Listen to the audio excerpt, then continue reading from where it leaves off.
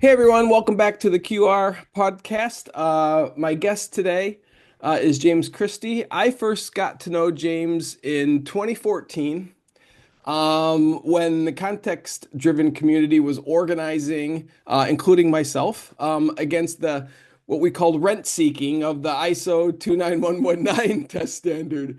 And as co-chair of the CAST, the Conference for the Association for Software Testing, I invited James to speak on standards and whether or not they promoted or restricted competition. His blog is absolutely amazing, and has been for me for years a must read for anybody who's serious about software testing and really, James is clear-eyed, as the way I describe it, work on the investigation of the post office Horizon scandal, including your submission to, I think it was the Ministry of Justice, is a standard that our community in testing, quality, audit, where we're at, being responsible and having integrity for the work we do in technology, is really the high watermark for what we should be doing when it comes to ethics, professional standards. So, at risk of embarrassing himself any further, James, welcome to the Quality Remarks podcast. Thank you, thank you. But it wasn't 2014 actually. It was 2013 in Gothenburg when we Is first that when met. we first? You were right. Yeah, and I went off on a rant at one of the Right. breakout sessions about standards, and he said, That's "Then right. It was. That was the you first time must come because I over think and I talk, did the keynote take that year, that didn't into your I? talk." Yeah.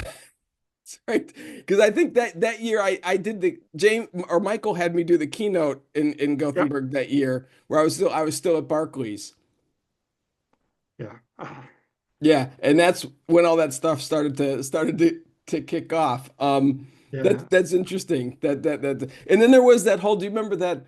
I don't know if those guys still do it. That ISST or whatever. They created an alternate kind of bizarre world version of the ISO 29119. It was like Hillary and all that group created like you just had to basically sign on a bar napkin that you had passed. There was I'll have to dig that up. There was some alternate testing standard they went for, but Oh. um yeah. So in Yeah. related to that, the first thing I wanted to talk to you about Yeah. it's kind of related. So in light of kind of the state of testing today, and I know you're not 100%, aligned towards the kind of testing industry, and we're always kind of call it quality adjacent with the or testing adjacent with the work you did. But in kind of the state where we are today, and what I mean by that is kind of deep fakes, AI, training models, which are basically copyright infringement. What do you think today for a tester constitutes kind of good evidence? With your maybe audit or regulatory hat on, drawing on your time as an auditor. What do you think would be a good standard for test evidence these days when it's so easy to fake or reuse people's work? Um,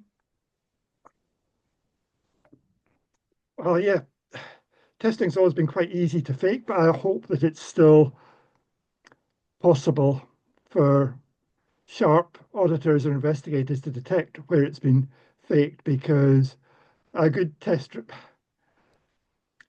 I mean, you must have seen test strategies and test plans that were just generic boilerplate that weren't really addressing the specific product or system and weren't addressing the risks associated with it.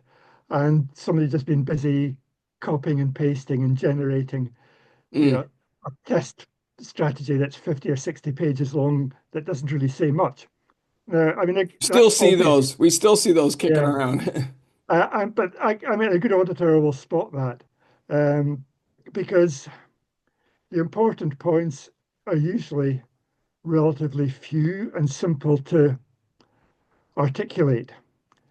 You might not have the answers, but the important questions that you're going to ask should, relevant to the context you have to worry about, they should be fairly easy to address. And a good auditor will be able to, with a few questions, should be able to pin down if somebody hasn't really thought about the purpose of what they're doing. A And purpose is a really, it's a, it's possibly the big word in my career. What's the purpose. Why are we doing this? You know, how can we show that we've thought seriously about the purpose of the system that we're testing, and the purpose of our testing of that system? And it's such an obvious point, but it's amazing how many people can go, and many testers can go through the whole exercise without really addressing that. They're following a process or a standard like ISO 29119 by rote. They're churning out the documentation, and they're not doing anything that's of real value. And if you're not doing anything that's of real value, there's always somebody who can do it cheaper. Yeah. Do you think like in regards to that? So you mentioned the 29119. Is is there a role for that? Like, because I agree with you that boilerplate strategy stuff of just like churning out a document. I mean, and we'll get into talking about regulation a little bit later, but is can it be improved? Are those standards worth anything? I mean, like, or I mean, put aside the kind of cottage industry and secondary market of kind of rent seeking that they do by kind of like having no authority to kind of generate the appearance of an authority. Is there any benefit to having like a standard? Can you put like if you added a section and said, "What is your purpose?" to that? Do you think that we'd see any benefit from that? Um, that'd be a sticking plaster on it. And the only real value to 29119 is as an exemplar of how not to do it. It's fundamentally misconceived. It's too prescriptive and rules based. It's not principles based the way that good standards should be done, the way that the Institute of Internal Auditors have wrote have written their standards. Uh, these standards can, as technology changes, these standards they might be refined, polished a bit, but they don't need to fundamentally change because they're talking in principles. And then if people understand the principles, they can understand how they've got to be applied in a particular context. Whereas if you set out a prescriptive set of rules, then people will game these rules. Principles are rather vaguer and they're more valuable because of that, because it leaves the boundaries of what's acceptable a bit more blurred. Right, right, And so responsible people will steer clear of the boundaries.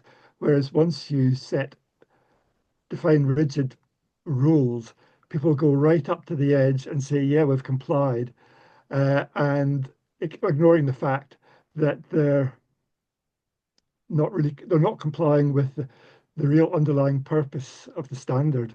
right.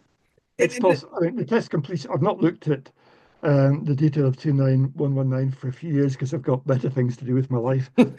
But uh, I was really taken by uh, their template for test completion reports. You could just com fill that in with throw in a load of metrics, but say nothing that was of any value about the product. It was possible to comply with the standard and do nothing useful. And that is renders the whole exercise pointless.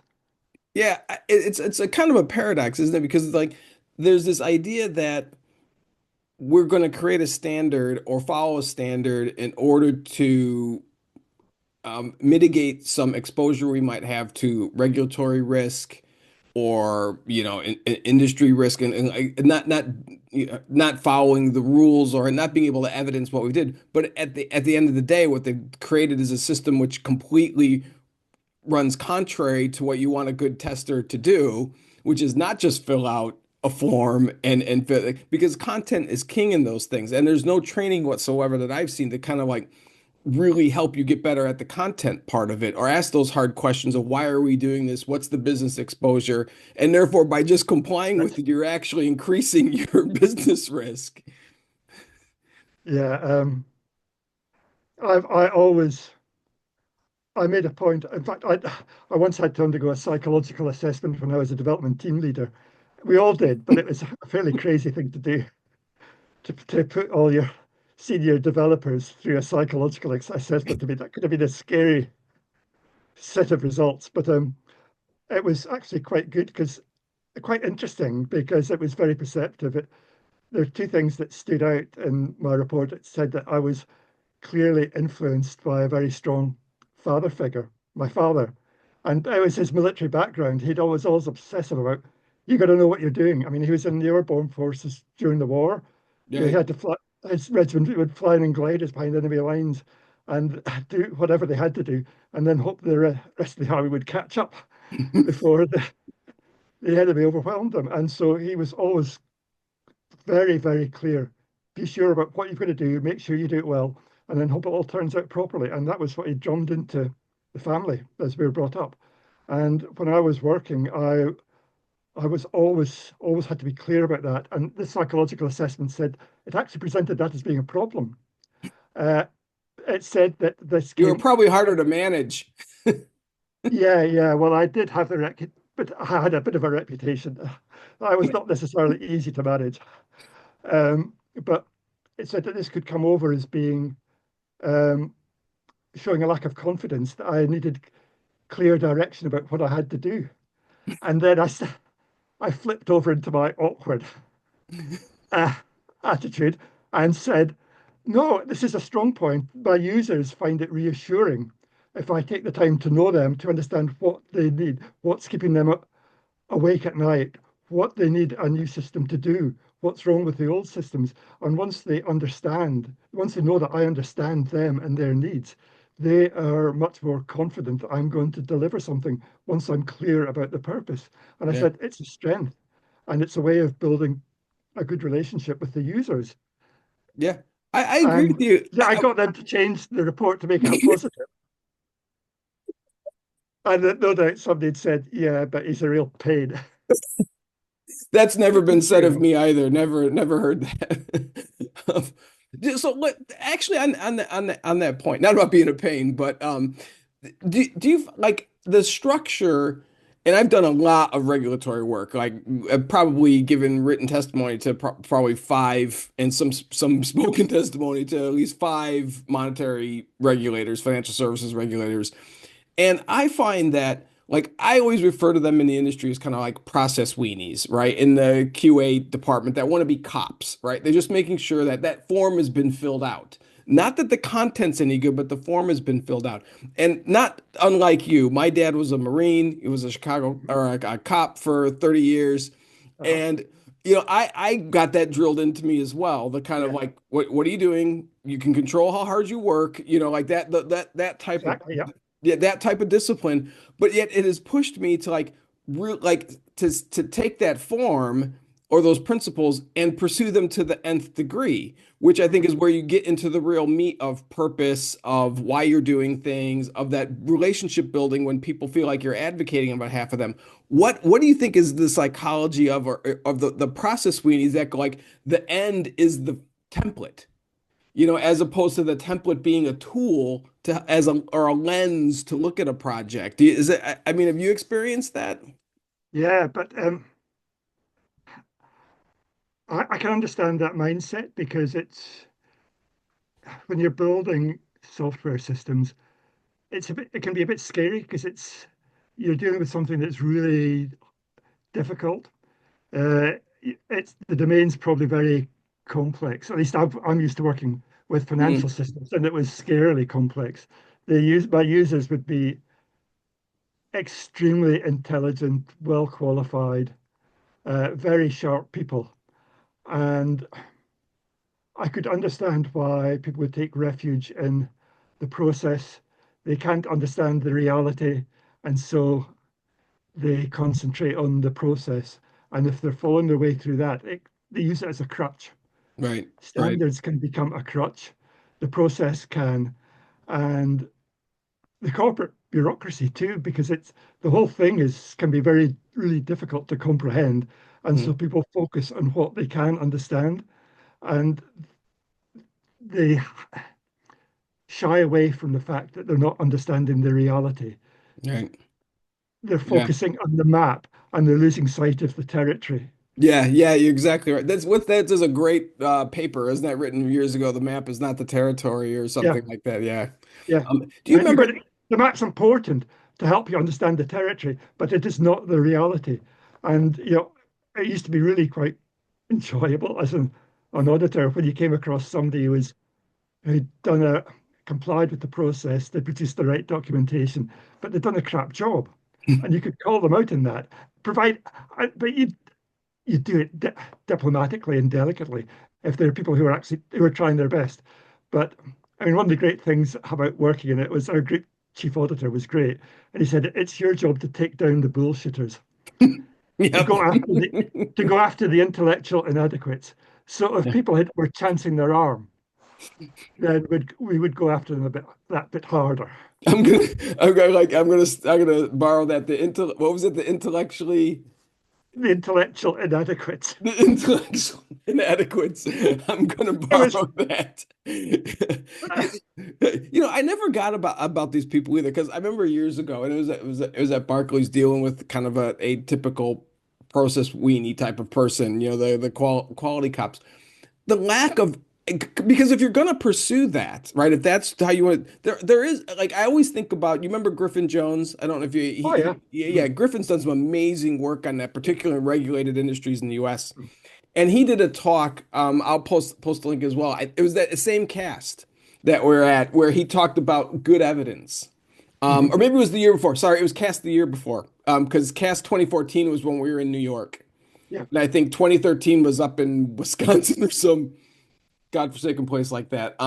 But he gave it to and there's like getting evidence, like what's good evidence, chain of custody ideas, revision histories, the idea of falsification. If you want to pursue that kind of like process thing, there's actual good stuff to get into for that. But there's just I think it's again, with James Bach and his, fake testing is super easy. It's just like they view that template as the end, and Yes. there's never any like push to pursue what excellence would look like, even from a procedural standard.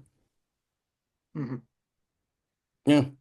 Um, so I mean, we were kind of the idea of AI, which I mean, we're I think Oh wow. Yeah. the whole industry, and particularly, I'm in the process of writing a paper on like just the kind of dropping the ball that the whole testing industry has done around AI right now and the work we need to do on that. But it kind of scares me in the UK a little bit. And this is something I know that's very close to your heart, but this whole idea of and I wanted to talk to you about where they're at with it. This presumption that computers are reliable and that the evidence that they give is, better than human evidence. So you know more about this than is. What's the whole? Because that scares me in the UK. There's an article that I read the other day about their, murder prediction algorithm tool they're trying to build. There's all sorts of kind of, strange stuff that they're talking about.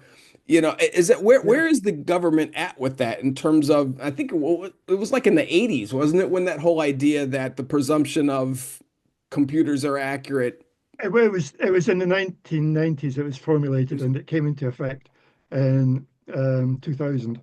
However, it's your problem down there in England. All right.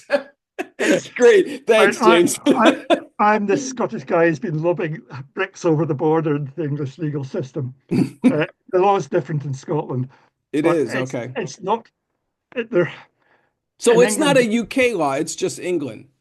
It is Oh, England all and right. Wales, England, Y- England and poor Wales. Okay. Uh, in England and Wales, the presumption is that for criminal prosecutions, computer evidence is reliable unless the other party can demonstrate that it's not and why it's not. And that is a ludicrous barrier. When Mm, you think about it, you'll know. I mean, all your listeners will know. When you're dealing with a complex system, it's hard to say. It's often hard to say whether it's accurate, and mm. if it's not, it's even harder to demonstrate why. Right, Because right. in Scotland, it's different because all forms of evidence require corroboration.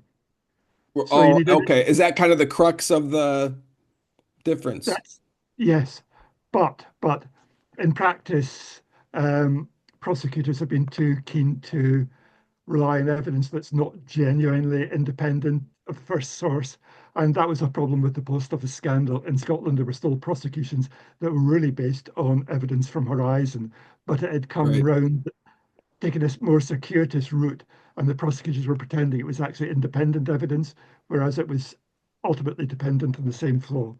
So we've got nothing to actually forget my wee my flippant comments earlier. It's a problem for the whole UK, but it's specifically a problem that must be addressed as a matter of urgency in England.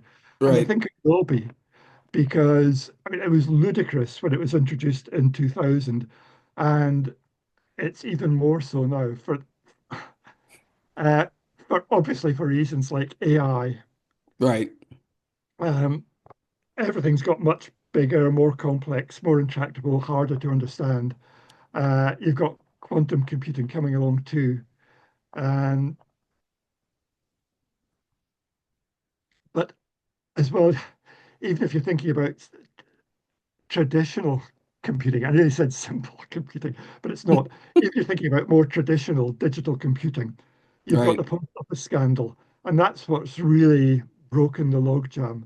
Mm. People had been moaning about this presumption for years, but it was a really niche concern. Nobody in politics or government or even the wider IT industry was concerned about it. People in IT didn't know about it. Yeah, And yeah. I never knew about it till I got involved with the post office scandal, and I was really quite shocked. Well, I only Uh, knew about it from you, from following the stuff you were writing about. And I mean, what it's more than just the um there's more assumptions built into it than just the evidence that's produced. I mean, like hardware and software has changed so much. It's more pervasive. I mean, does it address that as well? Sorry, are they going to, is the government going to address that? Yeah, because I mean, Well, yeah. well, yes, I think so. Uh, I mean, I've been involved the last 5 years with a group of lawyers and academics who've been campaigning on this issue, who've been providing support to victims of the scandal. A couple of the lawyers were barristers who are defending victims and who couldn't let this go because they were so angry about it. And there are a few IT academics in this group who understand how IT works, how it can work. And I was brought in because of my practical experience. And so we've been campaigning away, getting nowhere. All right. I wrote some articles in legal journals, and they didn't really seem to land. Nothing was happening, but we kept going. But then in January, uh, in the aftermath of the TV drama, Mr. Bates Yeah, I was versus gonna the say it Post, really didn't break that nationally. And yeah, that changed everything because from being something that IT geeks and some awkward lawyers were worked up about, it became something that my mother was talking about. And that's the right. benchmark. It's cut through, it's cut through to normal people when my mother's talking about it.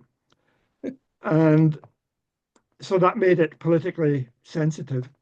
And the new government obviously decided that although this is a Labour government, uh, all parties have been guilty in various ways, all the main parties for their actions and inactions over the last 30 years. But a new government felt that they were sufficiently detached from the And previous by Labour all government. parties, you mean like Fujitsu and the post office, not the postmasters.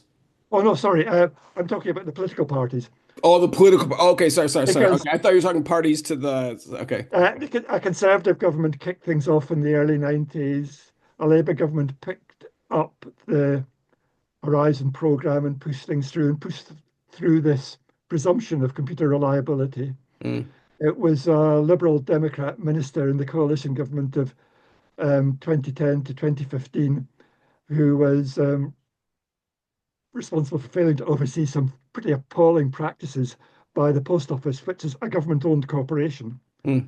And the Conservative government after that were just sitting on their hands, not too bothered about what was going on as the scandal developed and eventually broke.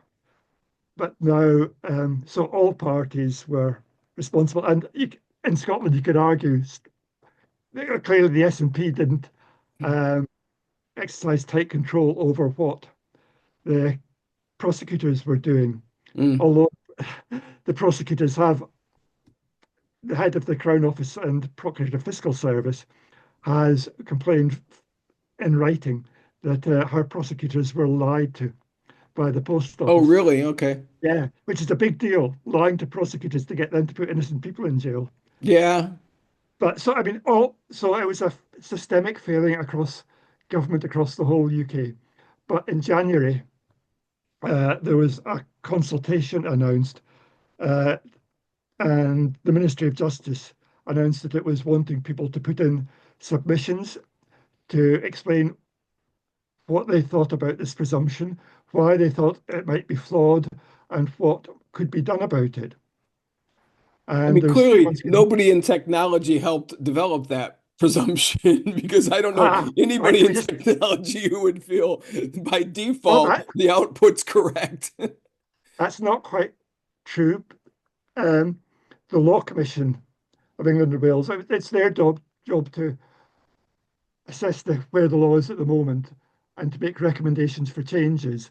Uh, but they're asked to do so for specific projects by the government. And they looked into this in the mid 1990s and they did consult and they did um, cite technical experts in their report. But they misrepresented these experts. They selectively quoted from their work to make it appear as if they supported the repeal of the previous law, which is a fairly weak control over Is that the producing PACE good Act or evidence. whatever that was? Exactly. PACE 1984, Section 69. Uh, and these people they'd wanted that old act to be repealed and be replaced by something that was actually practical and relevant. Right, But the Law Commission simply took their comments about the need to repeal the old act and took some quotes out of context for their report to make it seem as if these experts um, supported the presumption. And right. I thought the wording of the report was really quite strange. It wasn't convincing. So I got commissioned to write an article for this for a legal journal, and I tracked down the experts and discussed it with them, and they confirmed that they'd been misrepresented, and they're prepared to say so on the record. Really? So I put out this. I got this article published, and it took forever to get it through the editorial process because I was basically accusing the Law Commission of Mm. dishonesty. So for a legal journal, that was a big deal. Do you just have Uh, a lawyer on a solicitor on retainer these days, or uh, um, yeah, the law review is actually much more worried than I was because I thought I had them. I'd caught them with their hands in the till because I had the original sources saying, yeah, we are misrepresented. I'd seen their original work and I could see what had been done with it. right? And so it was a real long, detailed, evidence-based article, and it got published, and it, uh, Computer Weekly mentioned it, and I wrote something in Computer Weekly about it, but it didn't seem to have any great impact. However, it was obviously noted. Mm. It was noticed by people that mattered. And when the Ministry of Justice launched this consultation the following day, I got an email to me personally asking me to contribute to the submission. And Right. interestingly, it came from the head of the team at the Ministry of Justice that's responsible for looking into miscarriages of justice. So there's a clear link between, you know, the post office scandal with these miscarriages of justice and this presumption. So And like but, what yeah, where is this all at these days? Because like I mean I know from working in highly regulated industries, I had a little stint as an elected official. The amount of inertia to make a change or to correct something or to right a Yeah, wrong is just phenomenal. And yeah. there's nothing, a lot of these systems, and I mean, call me a cynic, but are set up to keep status quo and to not have change and to really, I mean, is anything going to actually happen? Because there's nothing I hope, more powerful than the government's, desire to not self-correct. well, I'm hoping that there will be something because um, if they'd wanted to, if they hadn't really wanted to do anything, they wouldn't have contacted me because they knew full well what they were going to get from me and that I would be going public with whatever Right, I right. provided to them, as I have done. Um, and also, I'm hoping that uh, that the political impact of the post office scandal will create the momentum for the politicians to do something. Do you feel that there's still, because I know the TV show is, I mean, this stuff dates back a while from when all Yeah. this was going on. I mean, there's still, I mean, the whole thing I was reading the other day could potentially have a overall price tag of $1 billion compensation, All for right. people. The cur I have to keep checking periodically to see where the figures got to, but it's currently the government last figure a few months ago was 1.8 billion pounds, not Oh, dollars. sterling. All right. Yeah, has been set aside to pay compensation. And Fujitsu won the contract originally on price. They scored lowest on every criterion except price. Yeah, never buy IT on price alone. Mm-mm. No. Buy cheap, buy twice, as a friend in the building trade tells me. And yeah, Yeah, yeah. I've been through the contract, and uh, yeah, there's some. One of the things that amazed me was discovering that the Horizon system, as implemented, was so error-ridden and remains so error-ridden that the post office set up a project to um, try and resolve the accounting problems in conjunction with Fujitsu. And then it dawned on them that in doing so, it would be politically sensitive because there was a department of the post office in a marginal constituency employing 400 people to manually sort out these problems as they occurred, adjusting Horizon. That system was so error-ridden Yeah. that it was creating an industry Yeah, to it's great as a cottage and industry of manual intervention. that's 400 people year after year working at just trying to keep this wretched shit show on the road. And Fujitsu won the contract on price, and they hadn't got a clue what they had to do. Right. One of their senior executives admitted in a witness statement to the post office inquiry that Fujitsu had decided not to do any serious negotiation for the contract So did because they they really just want. come in and like undercut it and just like they just bought the contract basically and Yeah, said, here here. I should. Here's a declaration of interest. IBM were in for it. I was not involved. I didn't know. But if IBM had won it, there's every chance I'd have been on that contract. Yeah. Perhaps it's actually changed my life. Yes, yeah, in a way. Who knows how things would have turned out? But I'm telling you, IBM could be a real pain in many ways. But they, for that sort of thing, in my day, certainly, they were meticulous. And Yeah, also, when I was a security manager, something that when I started off in that role with IBM, something that was drummed into me, our job isn't to protect the client, it's to make sure that we've done our job thoroughly. So if this all ends up in court, we can say, yes, we did everything responsibly. yeah, yeah. Security was for IBM's benefit to demonstrate that we managed our service Yes. responsibly. Keep us out of court department, you know? Yeah. And I mean, that is just so different from Fujitsu, the stuff that they were doing. Um, and the ongoing management of the system. you know, 10, 15 years after it went live, they hadn't got the sort of basic problems sorted out that on a new outsourced account with IBM, we're expected to do right at the start. Mm.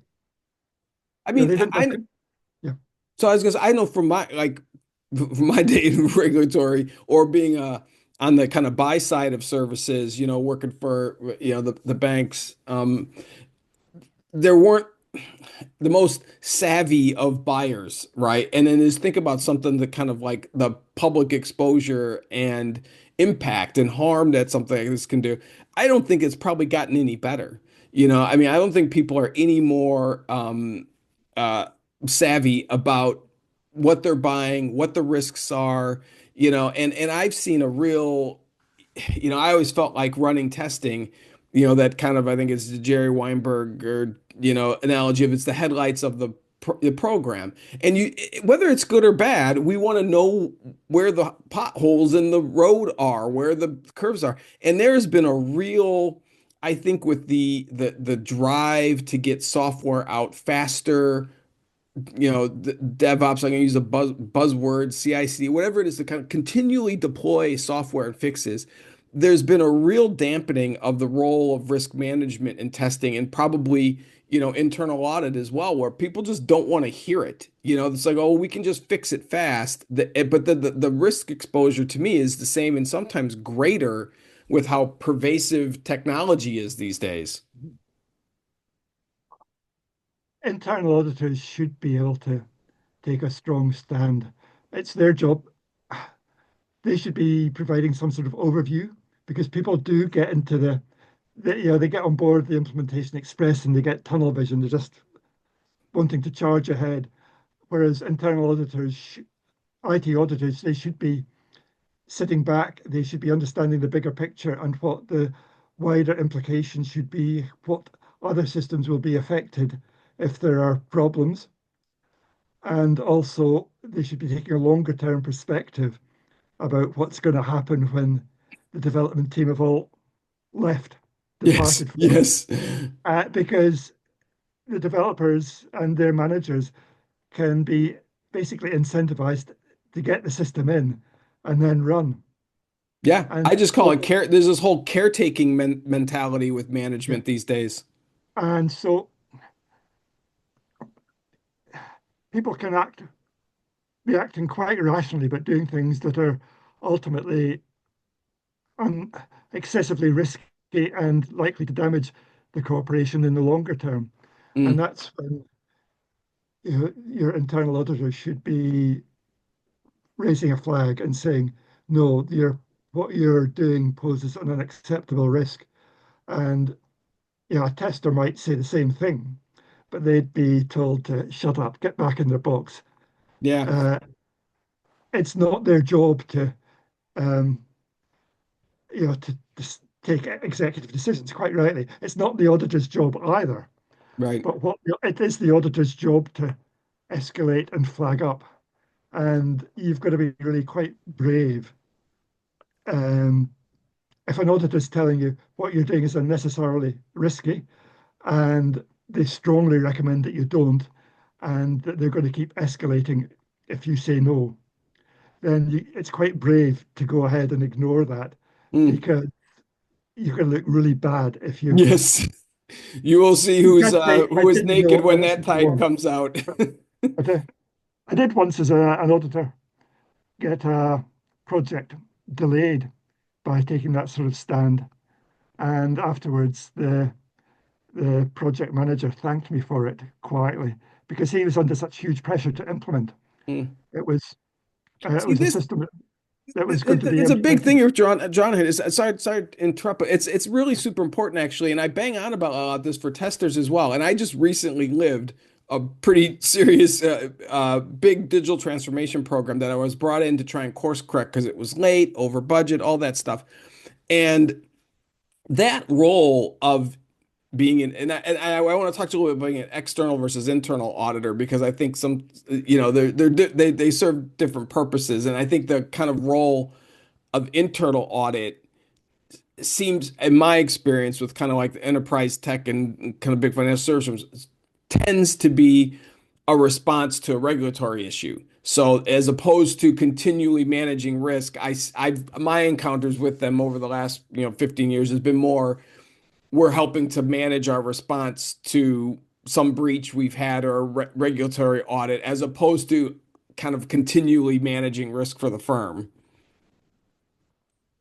That's disappointing. Hope I'd um, I'd hope for better, especially in financial services. Yeah. Yeah. Uh, But that role of like put not necessarily putting your foot down, but being, I mean, I did this review and it was, I always have like conditions under which I'll do a review. One, I will report into the board. I will not report into the program.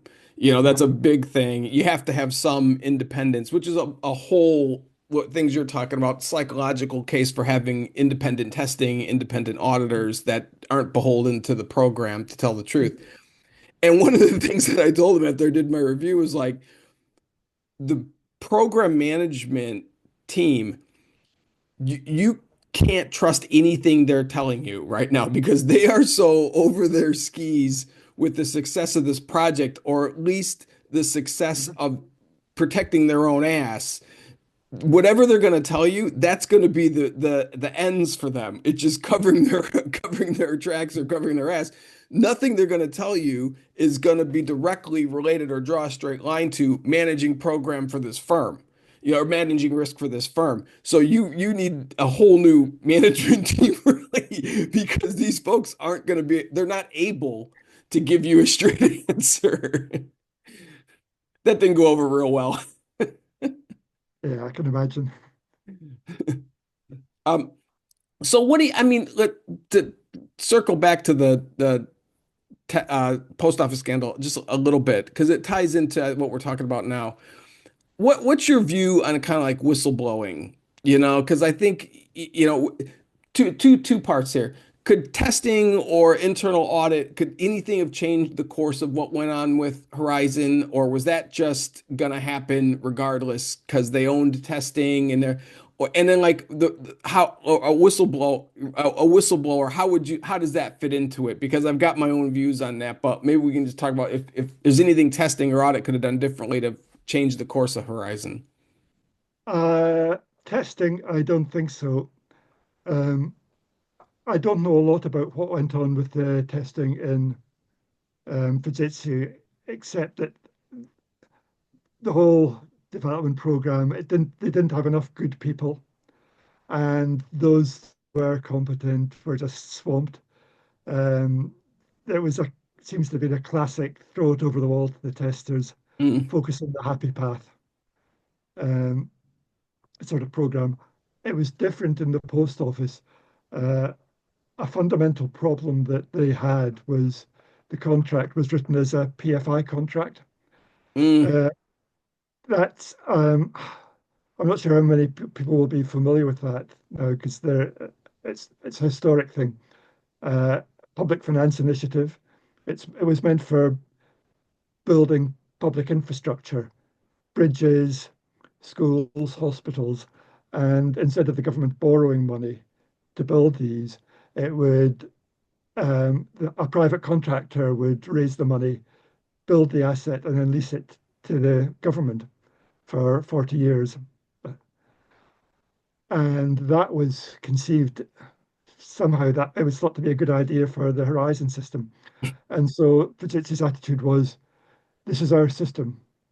There was a BBC story about it on Friday, actually, mm. about problems that caused because Fujitsu argued that they owned the code.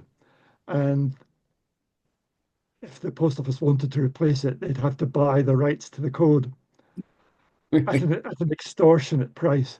Uh, and I was contacted by a journalist from the BBC today who told me that they were using my blog as some of the source material to make sense of the contract. But the problem with this PFI contract was Fujitsu's attitude that they owned it. It was their system.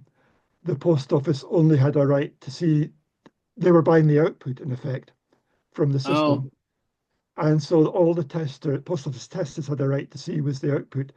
They could check the output, but they had no right to inspect the design or to see the detailed requirements.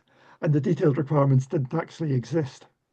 And you think that's because of the nature of the PFI contract that they were like, it's like you're buying a road or a bridge or something, Yes, and therefore yes. you not And that it was the year after Horizon was launched. Uh, the government, UK government said we will not, we banned the use of PFI for software contracts in the future. right. And was there no point like somebody said, what the hell is going on here? And course correct, there was no, I mean, I hate to use words like No. acceptance So criteria or checkpoints. the post office testers were saying uh, they they were tearing their hair out trying to cope with what Fujitsu were doing. Uh, you know, have seen the contemporary documents from what the post office testers were saying at the time in 1999 before the system went live. They were saying Fujitsu are concentrating on the happy path. They're not taking failure scenarios seriously. Mm, They're not thinking about them. They don't understand accounting principles. They don't understand the seriousness of losing accounting transactions and compromising um, the accounting integrity of the system. They just wanted to focus on the happy path. right. And um, also, they had a phrase that they used saying, Fujitsu's approach is an end of pipe approach to quality. And that was dissected in the inquiry that the barrister is quizzing the post office test manager. End of pipe approach to quality. That sounds like it's referring to effluent flowing through a pipe and being dumped in the river and then being cleaned up rather than action being taken to make sure that it never gets there in the first place. Is that what end of pipe means?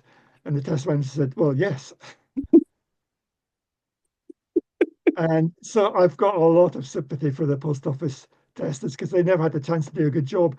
They flagged up that the system was riddled with errors, uh, and the post office, under pressure from the government, in effect, decided to go ahead with the launch. There wasn't any proper acceptance testing. Right, right. Clearly, Fujitsu didn't have a suitable acceptance testing environment, but a government minister said that they didn't want acceptance testing because they thought it was artificial. The actual phrase used was laboratory testing. Really. You always They know want, when companies are making up terms that aren't terms of art in your business or your industry that something fishy is going on there. so they want, instead of acceptance testing, they wanted live pilots.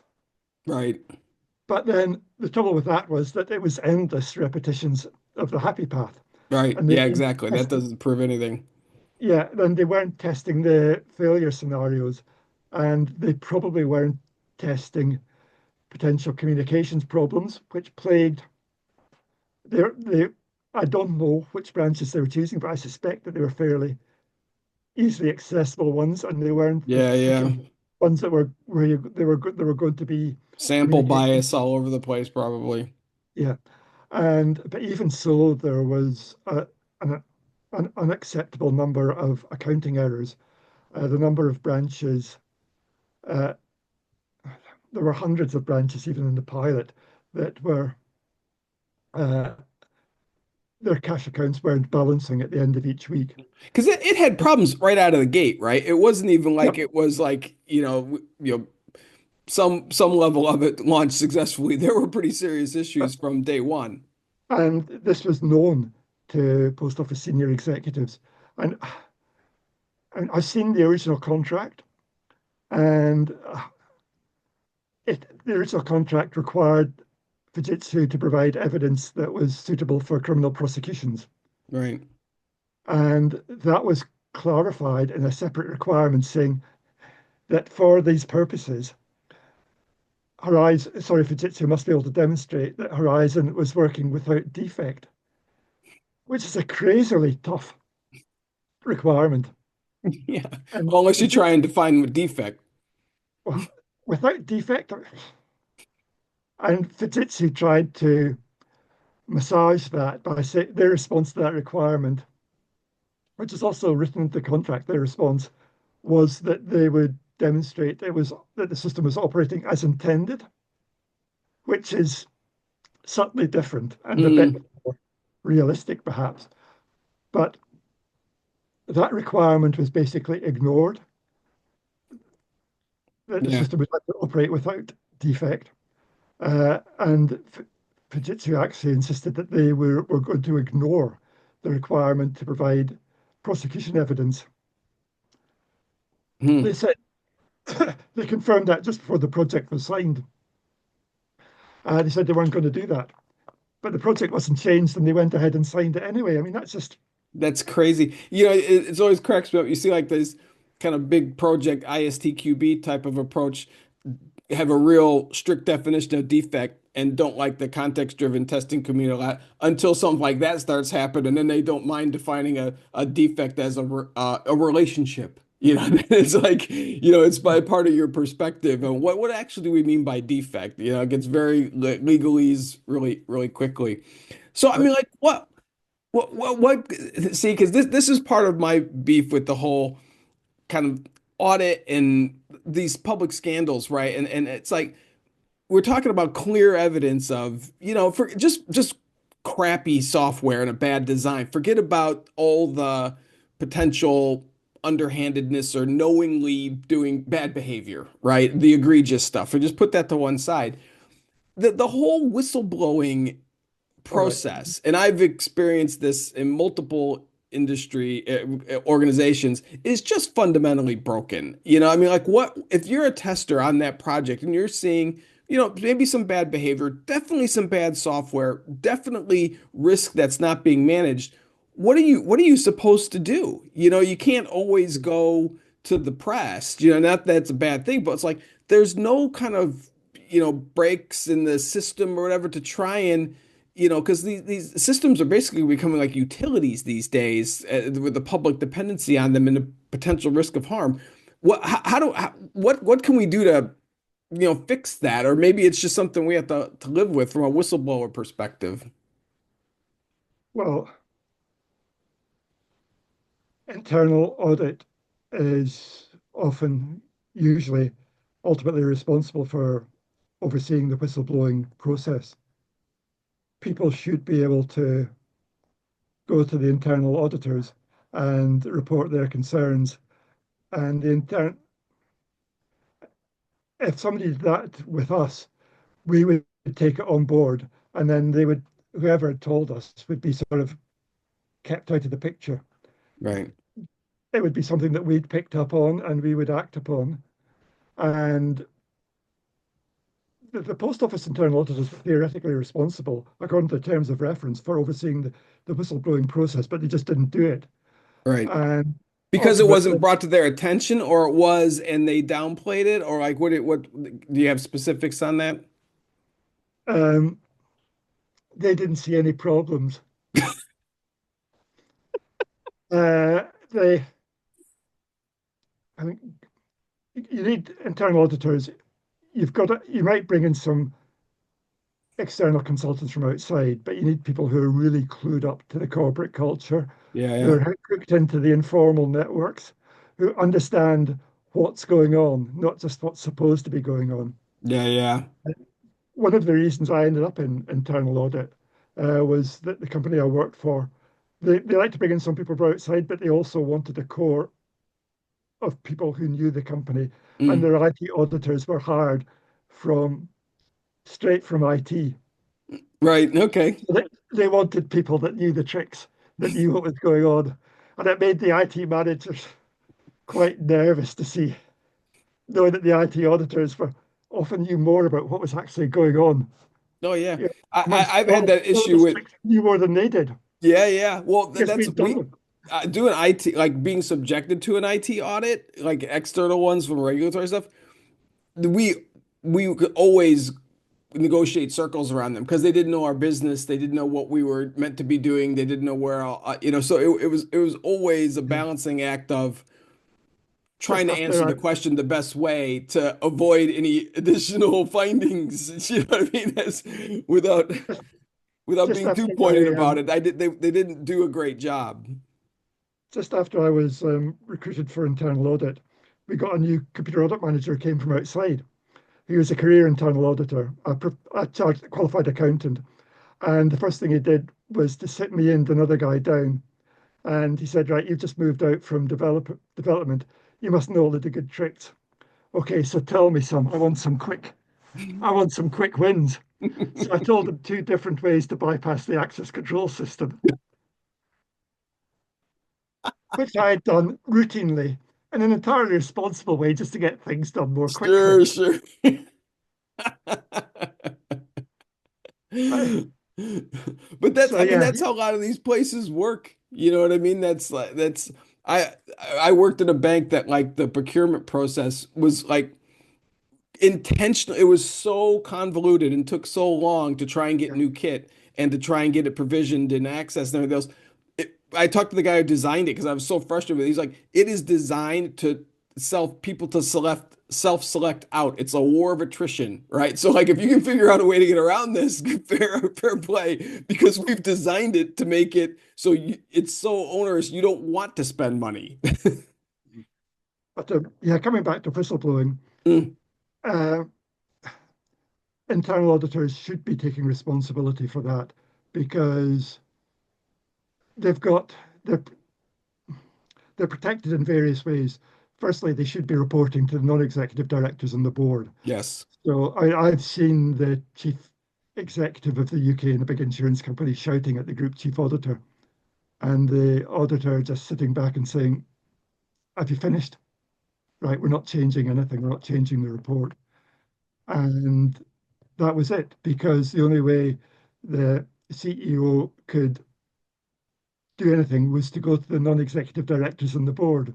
And the last thing he wanted to do was to broadcast what the what we were concerned about on internal audit. Right. So that was the end of it. And the other matter is that um, internal auditors have a professional responsibility to blow the whistle in certain circumstances.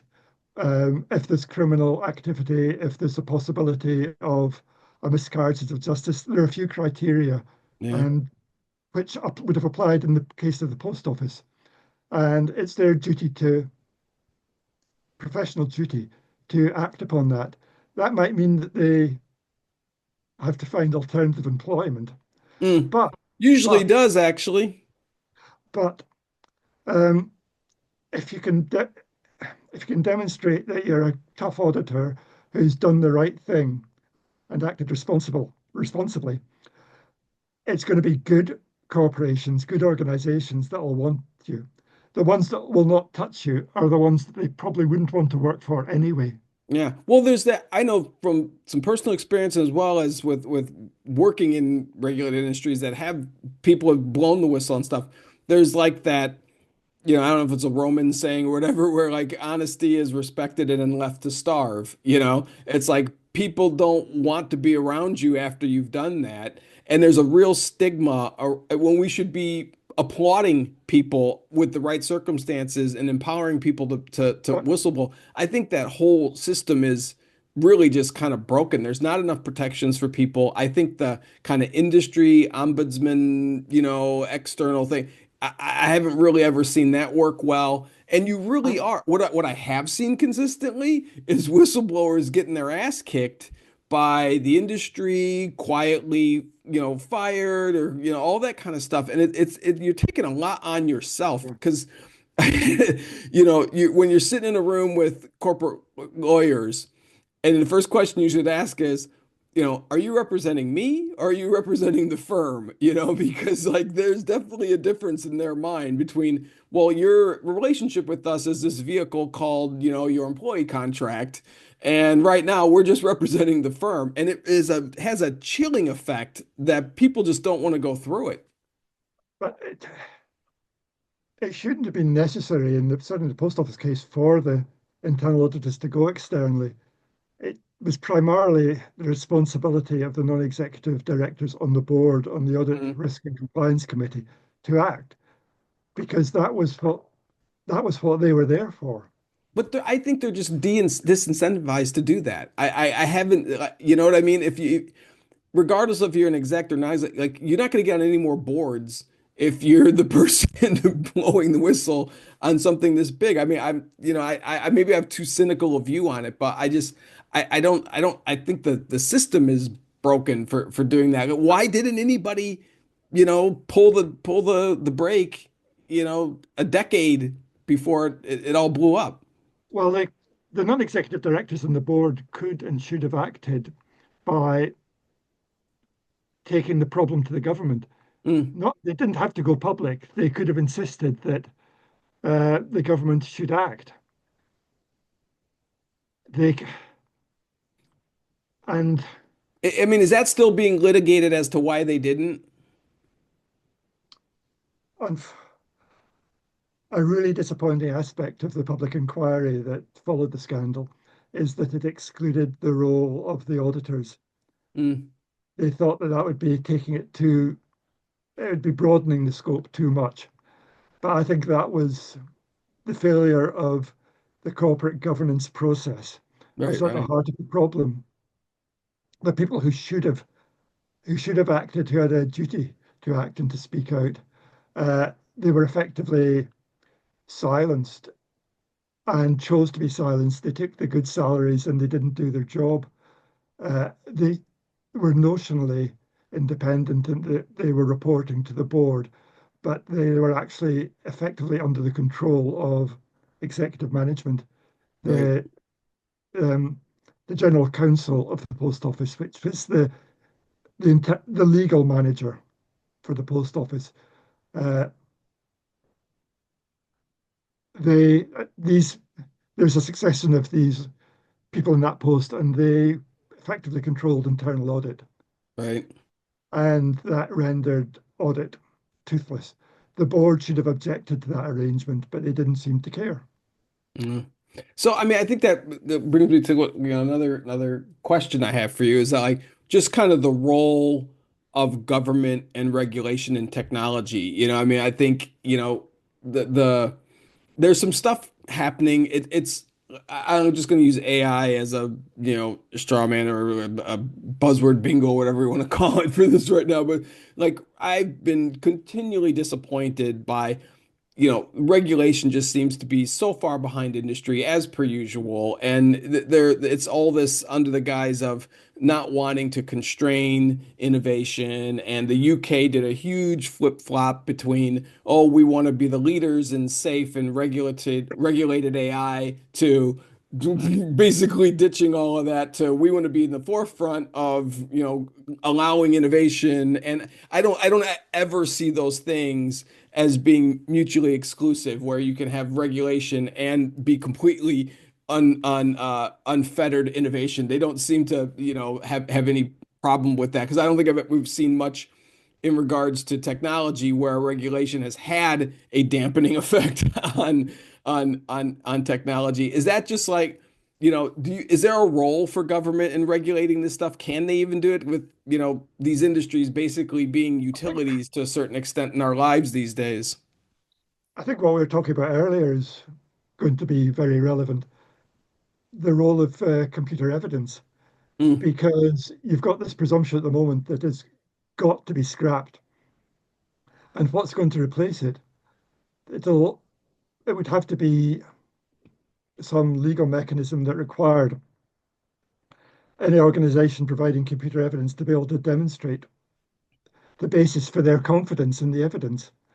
And if it's an AI system that nobody understands, how can they? It's ludicrous to simply say this should be presumed to be reliable. yeah, That would be obvious nonsense. Uh, and that's one of the reasons why I think that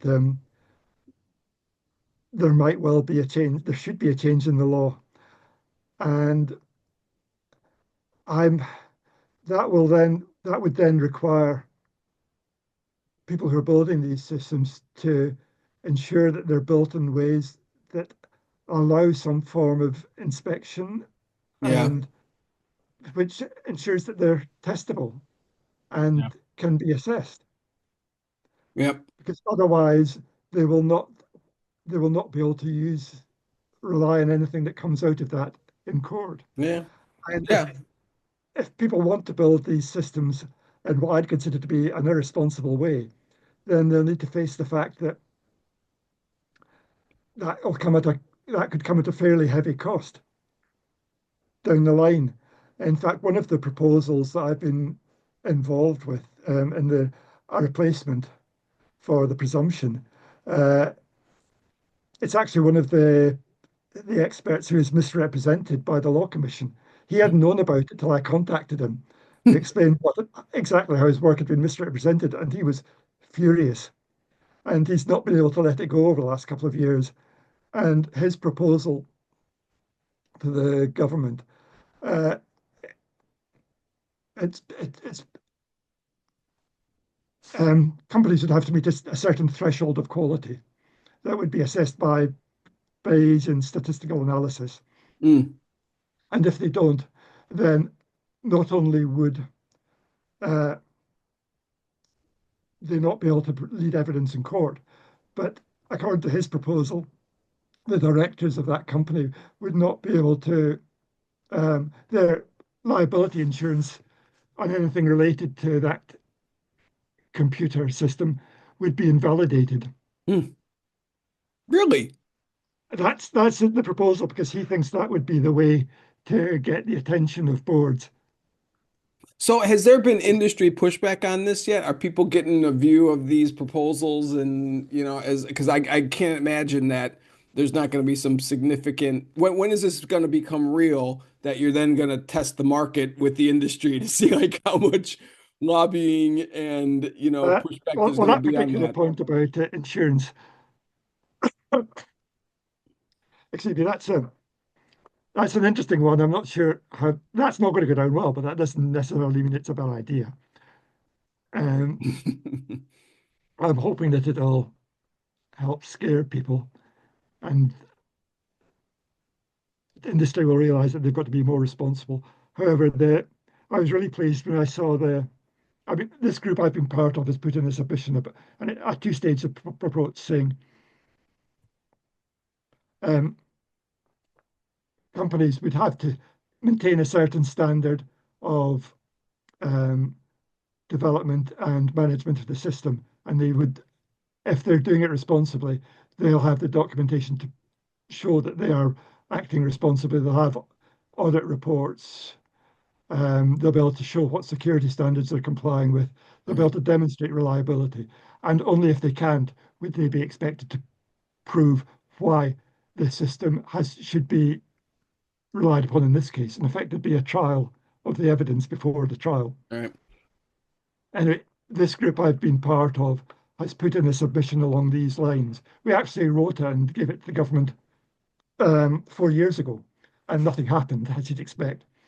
But we've resubmitted it to the government, and I was very pleased when I saw the response of the British Computer Society, the BCS, Mm. to this consultation, because they started off, but their reply said they explained why the presumption's nonsense. And then when it came to the proposed solution, they said, we're not coming up with a solution of our own. What we recommend is that you go with this group's proposal, the one that I'm part of. So that's the BCS backing up what we're saying, Yeah. I which mean, is really, really encouraging. yeah, it is. I mean, Europe seems to be a little bit have their act together a little bit more, no pun intended, because there's two of them that seem to be a little forward thinking. That DORA, I don't know how familiar you are with some of these things. The Resiliency Act, that's Digital Operational Resiliency Act. But the thing I don't like about that one is it's a lot of self-certification, which is not going to manage a whole lot of risk if you're just basically saying, yeah, we checked it ourselves. And then there's the EU AI Act, which talks a lot about risk and harm and safety, which, talking to clients these days, I think there's lots of noise about what they're going to do with, agentic AI and how to use, Chat GPT to build code and everything else. But um I don't, the pickup on that in the enterprise is probably a lot less than what I've seen, particularly in testing, because people are just so nervous about it and scared. But it's so opaque, and I don't think the solutions are there yet that people want to buy. But they're actually talking about, risk, harm, safety, those types of things. But again, industries so far out ahead of regulation on this stuff. And I think one of the lessons we learned from '08, the whole financial crisis, was that they'll just price it in, right? So if you're gonna get a fine, that's just part of doing business now. So if you're gonna, unmark short positions or, flash crashes and things like that, people will just, basically price that into their model so they have a, pool of money for fines. I don't know how you kind of curb this Well, that was risk-taking one of the behavior. that was one of the problems behind Alistair Kelman's proposal, the one I mentioned about insurance, because it would be the personal insurance for the directors. Right. They wouldn't be able to simply price the fine in Mm, as a cost of doing business because it would affect them personally. right. He thinks that that's an effective way of getting their attention. Yeah. So, the last thing I wanted to ask you, was second to the last thing was, so, at the risk of, I'll embarrass myself a little bit like here, we've been doing this for a while, you know, like what it's a thing to be in this business for a long time. It's a lot of work. I think you kind of love it the same way that I love what I do, and I don't know what I would do otherwise, for work anyway. But how after like so long in this business, right? I'll just leave it at that. Do you kind of keep your teeth sharp? Like what are things that look into? How do you stay on it? Because you're talking about stuff that's very current, and you're into the guts of some of this stuff. How do you draw on stuff from your past to keep current, or like how do you keep it, Well, fresh? I don't. I'm no longer trying to keep current with the technology, Right, uh, but it's the underlying principles. They don't change. And I mean, when I was an auditor, it was terrifying at first, having to audit people working with technology with which I was not familiar. right, But I learned that if you approach the problem with the right attitude and you learn to ask questions, intelligent questions, and to make people explain what they're doing, how they're addressing risks, whether or not they're controlling the activity properly, you don't need to understand the technology to have a useful conversation to learn about it. And then it would be my job to explain that. And I think that's what I'm doing now. I'm asking questions. I'm researching what I can and what I can understand and explaining what I'm discovering. I'm not right, telling people how to test or build in any technical detail stuff with which I'm not familiar. I'm past that stage. I was once very technical. I was a hands-on developer, but I've moved away from that. And what I am doing now is, I think Michael Bolton once described me as being more of a journalist mm, than anything else. And I think that's fair enough. yeah, I think that's what I'm doing, and I'm doing it because I think it's interesting and useful. I've always been terrified of being bored, and I once I got my teeth into the post office stuff and the surrounding problems with the implications for development and testing, I just want to keep going. right, Um, but I've I've allowed myself to be moved where there's a demand. People get in touch with me and explain problems or what they want me to look at, and I tend to go there rather than focusing only on what I originally thought would be interesting. right, But right, it's all about, it's what, like Jerry Weinberg said, it's all about, it's always a people problem. So when somebody's contacts me and they're talking about the problem they've got, that's what makes it interesting, the fact that it's a problem for people. If it's something I just think is interesting from my own perspective, if there aren't people for whom that matters, it's a fairly pointless theoretical exercise, and so it actually ultimately isn't of interest Yeah. unless it matters to other people. And so it's the people uh, that keep me involved. It's again, this comes back to my father because he was a very successful salesman, and he something he stressed was it's all about understanding people, understanding what they need, and Mm. delivering something that they want.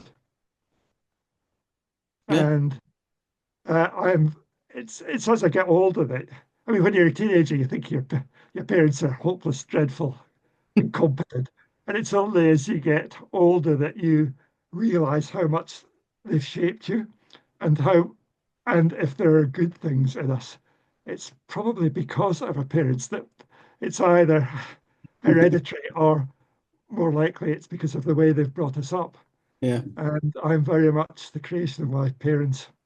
You know, my father was the people man. He could make people do what they wanted. He was a senior NCO in the airborne forces, so he was forceful, and then he was a commissioned officer. So he could make people do what they wanted, but he had charm too. Right. And my mother was the mathematical, logical one, Right. but tough too. Yeah. So they've both given me a lot, and that's been the basis for a career. I like that And that Eisen it reminds me of the Eisenhower quote, what like leadership is getting people to do what you want because they want to do it. yes, yes, I hadn't come across that, but yes. Yeah. So look, what are you working on right now that you want people to know about? What are your things upcoming? You going to be speaking anywhere else, other than stuff like this? You're going to be I'll be up at Eurostar in June if you're about, but don't know if you're what are you, where are you going to be so people can get a hold of you or listen to you. I'm really easy to find on LinkedIn and Blue Sky and Twitter too, X. I don't use it so much now, but if anyone contacts me through that, I'll find it. Um, and my blog, um, Yep, we'll it post the links to all that stuff. yeah. So yes, I'm not going to be at Eurostar. We're going to be on holiday. Um, what I'm working on, I'm in the middle of a blog series relating to the original Horizon development. I put out 3 parts, and I realized today that, as a journalist from the BBC told me, that they'd been using that for source material, and he's hoping that I'm going to carry on and write the remaining parts of it. So that's really quite encouraging because it's something that's useful and Right. worthwhile, and I'm going to carry on writing that. Um, I also do football match reporting, which keeps me busy, which is completely different, and I love it. Well, it's not completely different because writing a test report is similar to writing a football match report. What happened? What can we learn from it? Yeah. There's a lot of Michael wrote about that, I think, a while ago about the similarities between journalism and test reporting and drawing lines between that. So, well, James, thank you very, very much for your time tonight. The work you're doing is absolutely amazing to a very high standard, and as I said before, it should be a benchmark for how people should do this type of work and think about their work, and we'll point everybody direction. And it's super important for the public as well. So all this It's work you're yeah, I doing think off your own back is phenomenal. Thank you for it. and I think the things I've been looking at are going to become much more important, and people are going to go into these issues of evidence. Uh, they're going to have to think about it really seriously and in depth about how they're going to do testing in the future when they're looking at AI systems. And I'm hoping the law will make it easier for them in England and Wales. Yeah. All right. Well, thank you very much, James. I appreciate it. I have enjoyed it. Yeah, time's passed very quickly. Yep, it did. We went a little bit longer than we thought we were gonna, but that's all right. Okay, then, right. Thank you. Thanks, Okay, Chris. thanks, James. Bye.